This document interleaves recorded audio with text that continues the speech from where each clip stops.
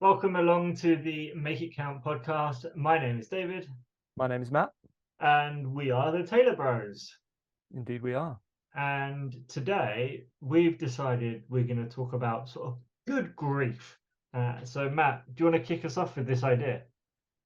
Yeah, absolutely. I just think that grief, sorrow is something that you don't have to live long in this world before you are touched by it, or someone that you love is touched by it. And we are having conversations about what it means to live with purpose and intention, and how do we make this life count. And I think we want to focus on, in today's conversation, how can we be purposeful, intentional when it comes to grief, when it comes to sorrow. Certainly, I think in our British culture, modern Western democracy, individualistic society, where the story, or in the States, the paradigm is the pursuit of happiness. We're very good at pursuing lots of things. I'm not sure we are collectively or even individually very good at processing grief and dealing with that, either our own or people we love and friends. And so we don't know what to do when suffering strikes and people are grieving. Yeah, so it's a lot about emotion, really. And I suppose one of the things that you often hear people talk about is like, oh, are you feeling positive? Are you feeling negative? We cast these like the emotions into positive and negative. And I remember coming across a grid. I think I was sent it by somebody, and I can't remember where it was from, but they had like a four axes or two axes, sorry. Um, and it was high energy, low energy on the y-axis, I think. Yeah, the And on vertical. the and then in the x-axis, it was pleasant and unpleasant. And I thought that was a much more helpful sort of idea that we have these high energy, pleasant emotions. That's like joy, that's excitement, those sorts of things. And you have low energy, pleasant emotions. That's serene, that's peace, that's calm, that's relaxed. Then you have high energy, unpleasant emotions. That might be anger, frustration, and there's ranges obviously. And then you have low energy, unpleasant emotions, which is sort of grief, sadness, sorrow. And that's what we're talking about today. And I think that framing it of often grief and sorrow, they are unpleasant to feel. For most of us, that means they're uncomfortable. Not for everybody. Some people are really comfortable in those spaces, potentially too comfortable. I'm not sure if that's a thing, but um, many of us, like you said, we don't want to front up to the discomfort of those spaces. And I think that's something that's interesting and maybe worth talking about a little bit. Absolutely. And I think part of it, maybe this is on the nose, but we're increasingly in a world where you have a lot of our engagements are increasingly digital, online, and there are moves towards augmented reality, virtual reality, metaverse existence. Maybe something that's driving that is ultimately a desire to escape the hard realities of life. And a quote that I came across when just looking into this and watching a few videos, and they do make you tear up when people are talking about their own grief. But there was this one woman's insights I thought was really helpful. She said there's a helplessness when you watch someone you love suffer, because there's nothing you can do. So in the end, you just have to show up and listen. And that middle bit I thought was interesting, or that word at the beginning as well, helplessness. There's nothing you can do. Ultimately, when suffering occurs, whatever that is, when there's then grief, there's a loss, something has been taken, something is separated irreversibly. Ultimately, death is a separation. We can't reach across that divide, and they can't come back as far as we are in our experience at the moment. And so it's out of our control. And a lot of, I think, maybe a lot of the drives in our cultural mindset and our pursuit are either to seek to take control of things, the reality, the environment, or to distract ourselves from the fact that we don't have that, and to say, I'm going to distract myself from the reality that ultimately one day I'm going to die and everybody I love is going to die, and all of the things that I've worked hard for are going to be taken from me.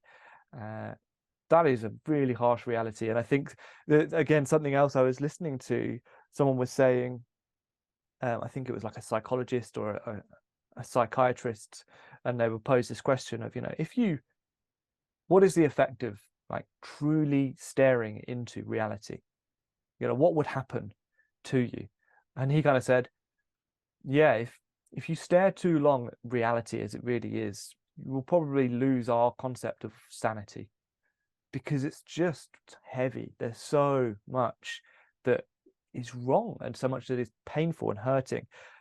So I think some of our, maybe as a corrective for what we, instead of running, instead of escaping, instead of numbing, or instead of seeking to grasp control over that which we don't, grieving, which is dealing with that sorrow, dealing with that suffering, that separation, is the process of, as someone else said, honoring sorrow. It's a dealing of, it's processing it, and then ultimately there'll probably come a point where you release it. So I don't have control over this. Yeah, and it seems that a lot of grief or maybe sorrow is around loss, and this Yep. idea that someone has gone, a person has died, or a pet, or even a dream that you had that wasn't fulfilled and can no longer be fulfilled. The way you imagined the future to be isn't the way that it is. And so all of these can be losses. And I suppose maybe that's one of the reasons that we don't like change, is that there's this idea of time keeps moving forward. You can't jump back no matter how much you want. It will never be the same. The experiences made, the decisions that we make, the life that we live means that we only really move forward through time. I know there are different ways of viewing time, but that would be most of our experience of it. Whether there are other theories that all time happens simultaneously, but mostly our experiences, we move through time forward, and Yeah. that brings change to our bodies, change to our relationships, change to every part of us, which means that who we were before, or the relationships we had before, are not the same for whatever reason. And so maybe that is some of the pushback. I suppose, how do you deal with those losses, or how do you grieve? Great question. I suppose this is one of the reasons why I'm happy to have this conversation, because I feel like I I'm not there. I haven't got the answers, and the half the conversations we end up coming up with are because it's like, oh, this is something that is we want to learn and grow in. I And say, are you saying we're explorers, not experts? Absolutely, we are not a sage on a stage. We're the guide on the side, or not even that. We're just sort of walking along as well. So yeah, one of the hesitations I suppose I had about going into this conversation anyway was, I kind of look through my life and I go, well, I don't feel like I've had any huge, bereavements or things which have happened that are on the scale of just horrendous suffering that people have, whether that's a bereaved family member, or um, a breakup of a deep relationship, or even suffering the loss of body functions through accidents. So I have been spared, I think, probably the vast majority of the sort of suffering that people have had, but that doesn't mean I haven't experienced no grief and no sorrow and no losses, although it might not be as intense as others have experienced. And so how do I deal with it? I suppose I'm trying to learn to deal with it better. One of the things we spoke about at the New Year episode was kind of thinking about how to reflect in the new year and how to think about the year ahead. And a couple of years ago, I came across this practice, the set of questions called the Pascal cycle. I heard from John Mark Comer. And one of the questions is just, name your losses. What are the things that you have lost this year? And grieve them. And then also later on, it says, now bless those things that you have lost. Not not just release them, but actually bless them for what they were when you had them. And in doing that, then release it and say, this is no longer the reality of my existence. Yeah. And they were good for when I had them, and I can bless that. But now I let go and release, and I have to then also then accept the things that I have gained. Yeah, and I suppose there's a Susan Cain. Have you heard of Susan Cain? She sort of blasted to fame. I think it was in 2012 when she wrote the book Quiet, How to Be Introverted in an Extroverted World, something along Yes. those lines.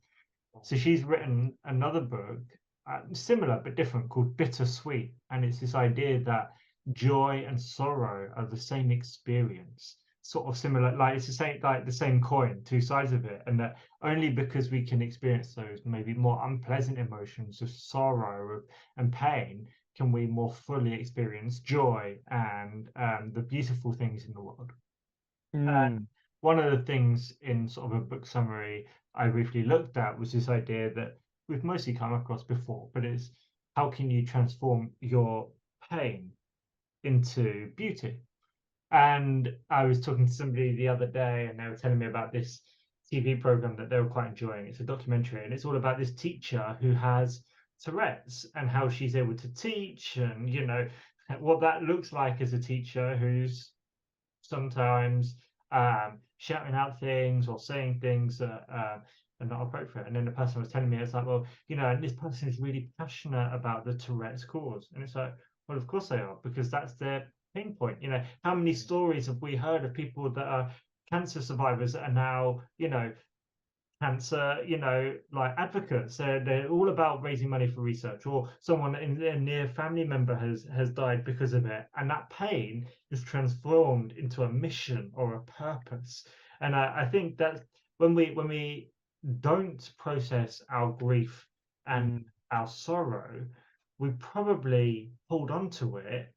And actually, what's that old thing, like hurt people, and that, but actually if we process it, if we experience it, we can then maybe be a part of transforming it. Or if the pain is even too painful to maybe transform, use it to be creative.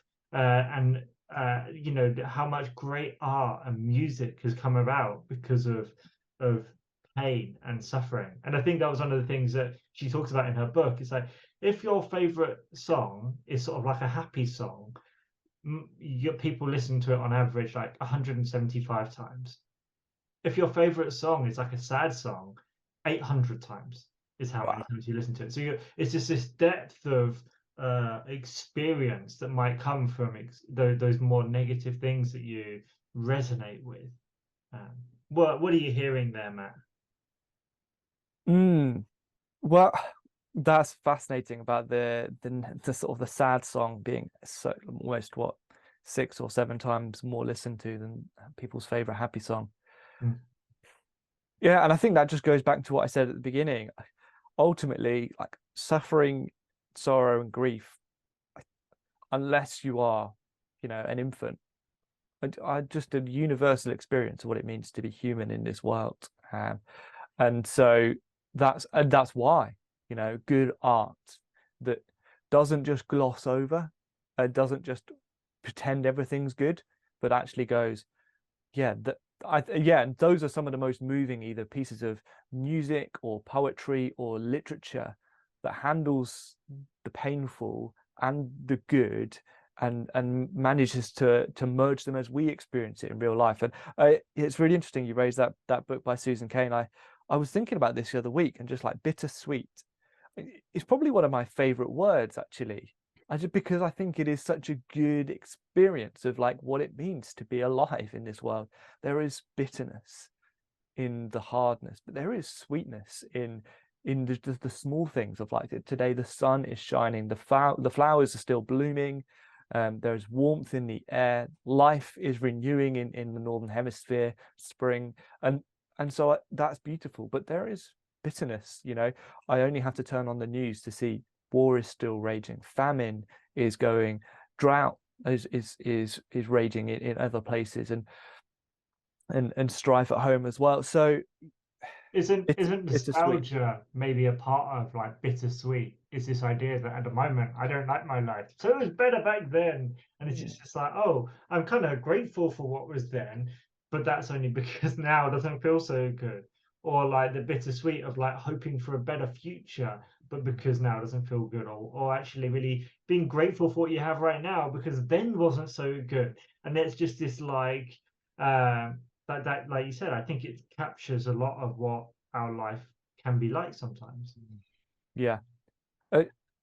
To turn the conversation just slightly, something that I was thinking of when just thinking about this was, ultimately, like, what does the Bible have to say about this? What does the scriptures have to say? And there are sort of three books that are right next to each other in the Old Testament, or what would be termed the Hebrew Bible. Proverbs, Ecclesiastes, and Job, sort of commonly known as wisdom literature. And I would love to just read a couple of bits from each of them, because one of the things that can often come up, a question I think everybody does ask, is ultimately like, why does suffering happen? And especially, why does it happen to good people? And why do good things happen to bad people as well? And so something I came across recently was apparently when the canon of the Old Testament was kind of being rounded out, this was like a long time ago, the last book that was most hotly contested was Proverbs, because they said, if you read Proverbs as a book of promises, it's not true. It's a load of hogwash.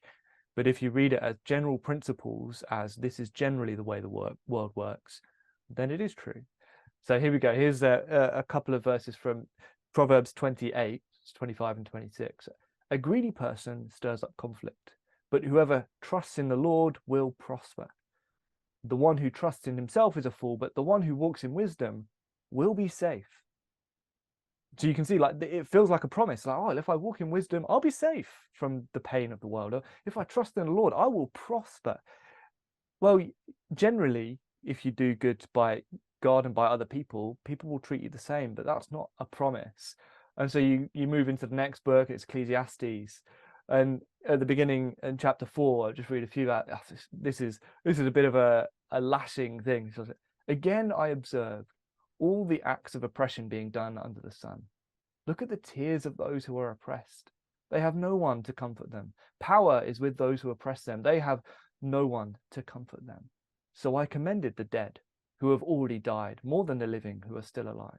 But better than either of them is the one who has not yet existed, who has not seen the evil activity that is done under the sun. Like, so he's going, there's no one to comfort those who are suffering under, all the oppression done to them. So it's better to be dead to not feel it. And I think we live in an age where, sadly, lots of people are believing that message, and are hearing and feeling that, and that's moving people to take drastic action. Yeah, to jump in briefly, I remember listening to a podcast a little while ago, and the host was basically talking about how her parents weren't qualified to be parents, and they ended up getting divorced. And she said they didn't like ask me if I wanted to be born. Oh, it's a bit of a strange thing, but ultimately she was like, my life has been so full of like pain, and that experience has been really tough, and they weren't like very, in her experience, good parents for whatever reason. She was like, yeah, why am I born? Like, it'd be better if I wasn't born, is kind of what she was saying. And it's like, Yeah, wow, that's really,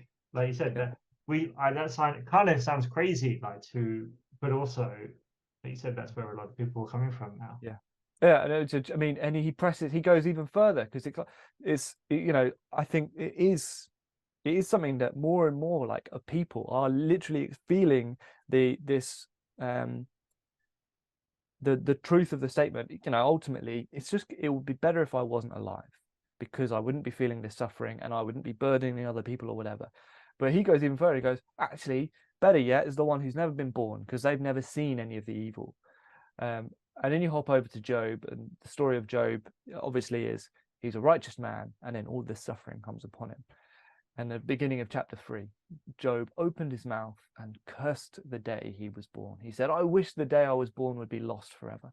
I wish the night they said, it's a boy, had never happened. I wish that day had remained dark. I wish that God had forgotten that day and not let any light shine on it. I wish that bitter day had remained dark as death, covered with the darkest clouds, and on and on, and he keeps going. And I think just what this deals with is it's like that reality of when the crap hits the fan in your life and hits the people that you love or yourself, ultimately we're left with the reality of, this is so bad, I just wish I was not here to experience it. And it's interesting that both Ecclesiastes and Job, the author of, basically go, actually, it's better just not even been born, let alone like to be in sort of, we call rest in peace, like in peace afterwards. It's like, it's better just to not have experienced any of it. And I just think there's an honesty there that maybe we, as in our culture, could deal with, reckoning with again, and going, yes, we want to help those who are suffering. We want to be there for those who are feeling these things, but also to validate that that's not a new feeling, and that's something that every human who has ever lived and suffered has ultimately dealt with something of that. And this is, I think, where we're trying to probably go with the conversation, because I listened recently to Andy Crouch talk about how with his kids, they've always taught about how money is insulation or bubble wrap, and that actually that money can insulate you from the experiences of the world, because it can offer you security, it can offer you comfort and convenience, but it can insulate you from some of those negative experiences. He also then said that's why you see many people who are very rich chasing the extremes, the sort of like, how do I get the high, the sort of that sport, because they're so insulated from the human experience and so protected from it that they can't actually experience those emotions very well. And I thought it was quite interesting. And I suppose you could look at a lot of our experience of the world is that we're trying to insulate ourselves from those things and protect ourselves from them, which maybe cuts ourselves off in some ways from connection with other people, because there's a great connection happens when you share a laugh with somebody, where there's a deep moment like you talked about earlier, when all you can do is just be with somebody and weep with them, be present, be a witness to that moment, because there's nothing you can actually do. And that, it's like, oh, it's what people say, who your real friends are when it's difficult. And it's like, well, there's something about that, isn't there? When we're open with our pain, with our grief, with our suffering, who's going to step in and be with us in those moments? They don't have to heal it, they don't even have to be comfortable with it themselves. But actually just to be present. And I suppose that's one of the things that maybe we're wrestling with, is just like, oh, we've grown up probably in quite insulated cultures where we try and insulate ourselves from the pain and from grief and from those unpleasant emotions and the cost of that. And actually to go, well, what would happen if instead we leaned into that, we took some time to process that and express it more wholly, more beautifully, to transform it, to create from those places. Yeah, 100%. And I think part of this, what's coming up in my mind again, is the term PTSD is bandied around a lot, post-traumatic stress disorder. There are many people who have experienced that, and genuinely traumatic experiences will probably bring something of that up. But there's a lot of people who have also experienced that actually post-traumatic growth, and like even after having traveled through the PTSD. And so there is this element of, when suffering happens, how do we grieve well? And there are people who've written about the stages of grief, and something, again, I was reading, they were saying, the stages aren't supposed to be this step-by-step, linear journey.